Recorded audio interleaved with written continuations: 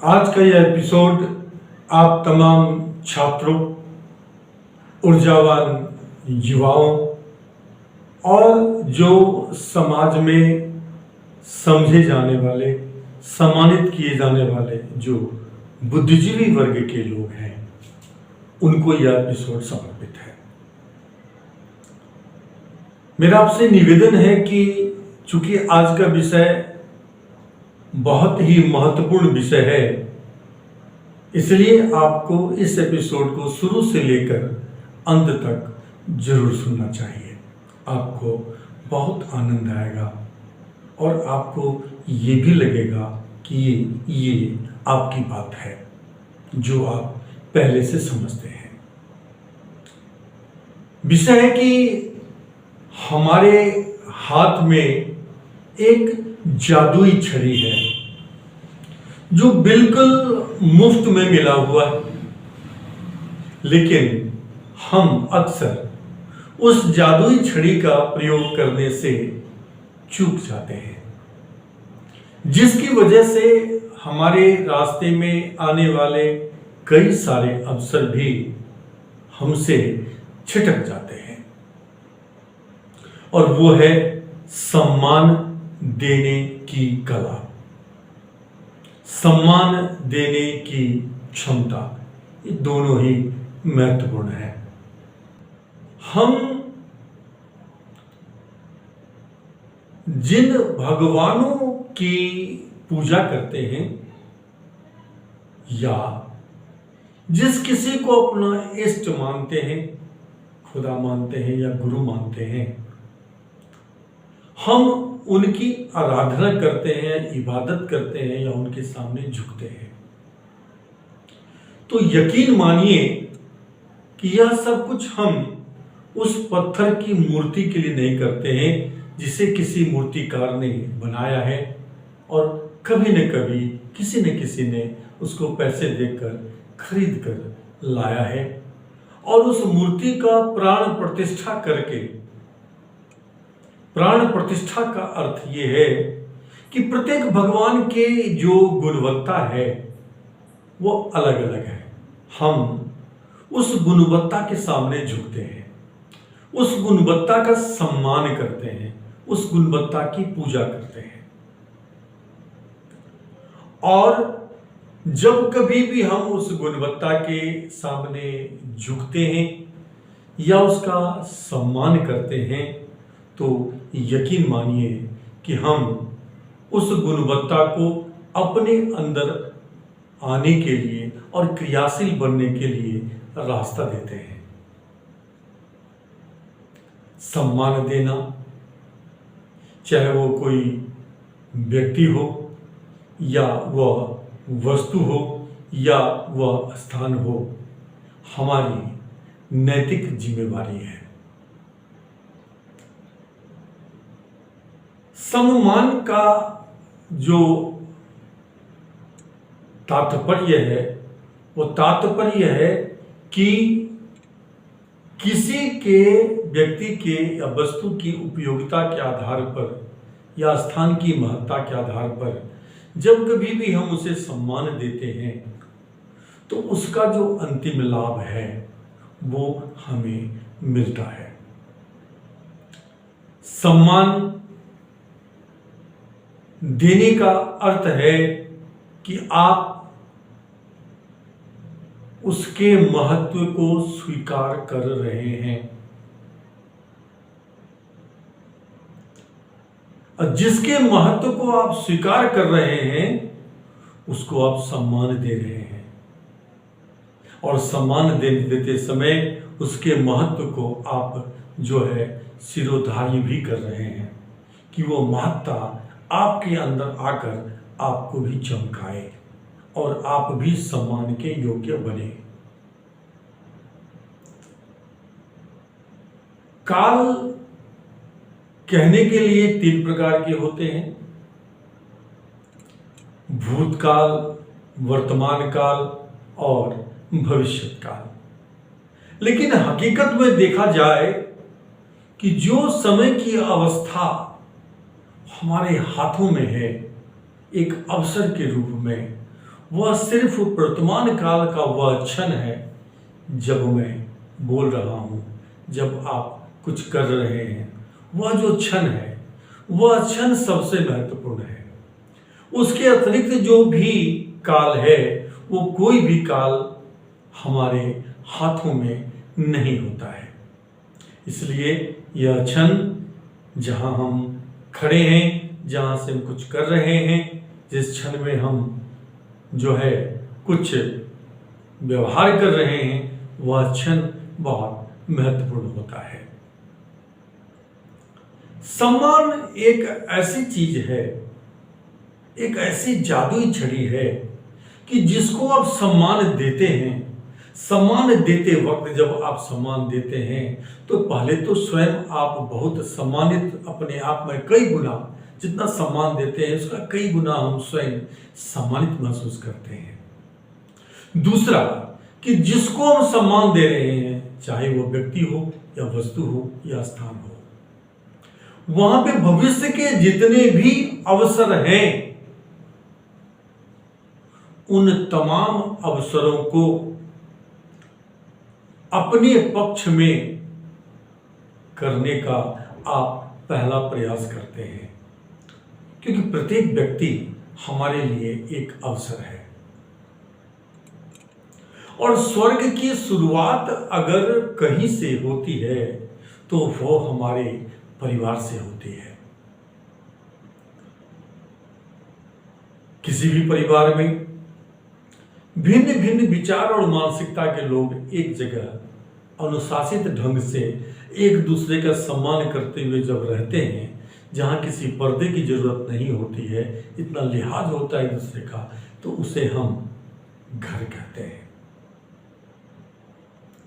अंग्रेजी में उसे होम कहते हैं। हाउस मतलब घर होता है, लेकिन हाउस का मतलब है कि चार दीवार से घिरा हुआ छत हो जिसमें, वो जगह वो घर है। लेकिन होम वो तब बनता है, जिसे गृह कहते हैं, वो तब बनता है जहां पे किसी पर्दे की जरूरत नहीं होती है, क्योंकि लिहाज एक दूसरे के प्रति इतना अधिक होता है। और यदि आपने अपने परिवार में सबसे पहले एक दूसरे के प्रति सम्मान देना अगर आपने शुरू कर दिया, तो यकीन मानिए कि सबसे पहले आपका परिवार आपके लिए स्वर्ग समान बन जाएगा। और उसके बाद फिर क्रमिक रूप से आपसे प्रभावित होकर अगल बगल का जो माहौल है वह भी बदलने लगेगा, और वो भी स्वर्ग जैसा वातावरण लगने लगेगा, जिसकी शुरुआत कहीं न कहीं आपसे हुई है। आप जिस व्यक्ति को सम्मान दे रहे हैं, यकीन मानिए कि वह व्यक्ति कभी भी आपको भूलेगा नहीं।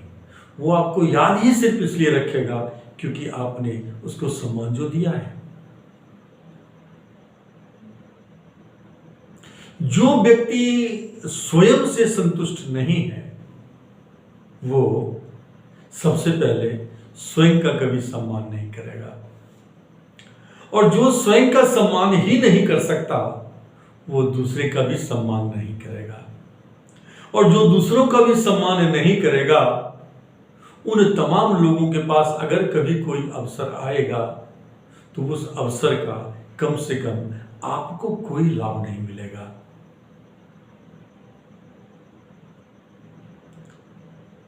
जो व्यक्ति स्वयं से संतुष्ट नहीं है, वही कहीं न कहीं बैठकर किसी न किसी और की वो कमेंट्स करते हैं, नेगेटिव कमेंट्स करते हैं। और जो कोई भी व्यक्ति आपको ऐसा मिल जाए जो किसी न किसी के ऊपर नेगेटिव कमेंट्स कर रहा है, इसका अर्थ यह हुआ कि वह व्यक्ति स्वयं का सम्मान नहीं कर रहा है। मेरे अंदर कुछ बुराइयां भी हैं। सवाल यह उठता है कि मेरे उन बुराइयों से आपका कोई नुकसान तो नहीं हो रहा है? अगर नुकसान हो रहा है, और अगर आपने मुझे कहीं एक अकेले कोने में बता दिया ये बात, तो मेरी जवाबदेही है कि मैं उस कमी को कम से कम दूर करूं जिससे कि आप प्रभावित हो रहे हैं। कमी हर व्यक्ति में है। आप जिस लक्ष्य को लेकर चले हैं, आपके पास कोई विकल्प नहीं है, आपको संघर्ष करना ही पड़ेगा। और उन संघर्ष के क्षणों में जब जब आपको मौका मिलेगा तो आपको उन सारे कारकों का जो आपको आपके लक्ष्य तक पहुंचाएगा उसको सम्मान देते रहना पड़ेगा।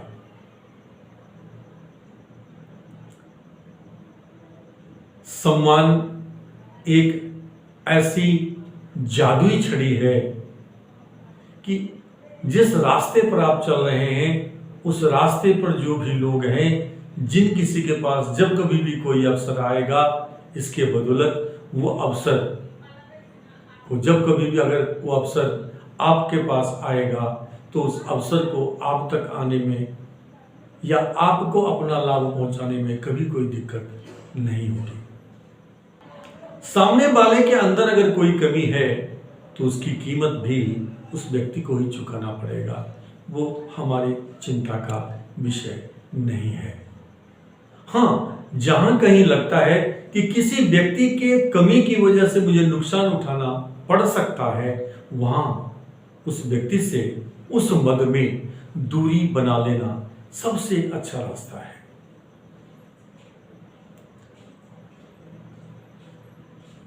आज मैं इस एपिसोड के माध्यम से ये कहना चाहूंगा कि आज समाज में या किसी परिवार में जो भी विकृतियां आप देख पा रहे हैं, उसका कारण सिर्फ यही है कि हम एक दूसरे को सम्मान देना भूल चुके हैं। सनातन परंपरा में जो हमारे बीच सद्गुणी व्यक्ति होते हैं उनको हम सम्मान देना नहीं चाहते, लेकिन मरने के बाद हम उन्हीं व्यक्ति का हम पूजा करने लग जाते हैं। अरे जब वो जीवित है, एक छोटा सा ही गुण है उसके अंदर में, अगर सद्गुणी है एक छोटे से गुण की वजह से, तो आप उसको सम्मान दीजिए। वह सम्मान देने से उसका भी मनोबल बढ़ेगा। और दूसरा कि उस सम्मान देने से, जिस चीज को आप सम्मान दे रहे हैं, वह आपके अंदर वह गुण क्रियाशील हो जाएगा। आप भगवान के सामने जाकर झुकते हैं, उस गुण के सामने समर्पित तो होते हैं, लेकिन आपको उस गुण का कोई लाभ नहीं मिलता, वह गुण आपके अंदर जागृत नहीं होता, तो यकीन मानिए कि आप जो ये पूजा कर रहे हैं, जिसकी आराधना कर रहे हैं, जिसके सामने झुक रहे हैं, वह पूरा का पूरा ढोंग के अलावा, पाखंड के अलावा कुछ भी नहीं है।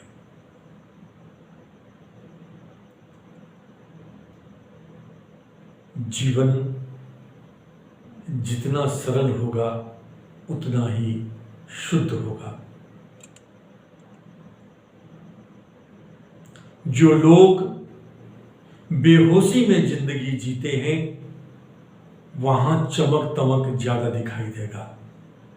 बेहोशी का अर्थ यह होता है कि जिस किसी व्यक्ति के पास में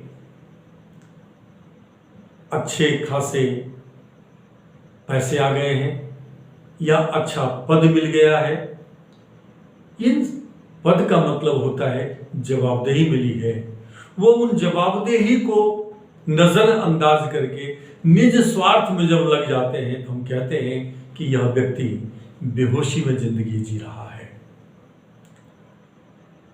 और ऐसे व्यक्ति की जो अगली पीढ़ी भी है, उसकी भी व्यवस्था ये हो जाती है, जो आप कहीं भी अपने इर्द गिर्द देख सकते हैं कि उसकी अगली पीढ़ी भी क्रमशः बेहोशी में ही जिंदगी जीता है।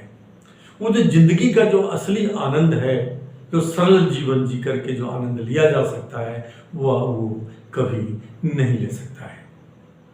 इसलिए आपसे निवेदन है कि आप आज से अपने इर्द गिर्द जहां कहीं भी कोई सद्गुणी व्यक्ति या कोई ऐसा वस्तु जो हमारे लिए बहुत उपयोगी हो सकता है, उसका सम्मान कीजिए, उसका रख रखाव कीजिए, उसका ख्याल कीजिए। और ये आपको क्रमशः धीरे धीरे उस ऊंचाई तक पहुंचा देगा जिसकी आपने कभी कल्पना नहीं की थी।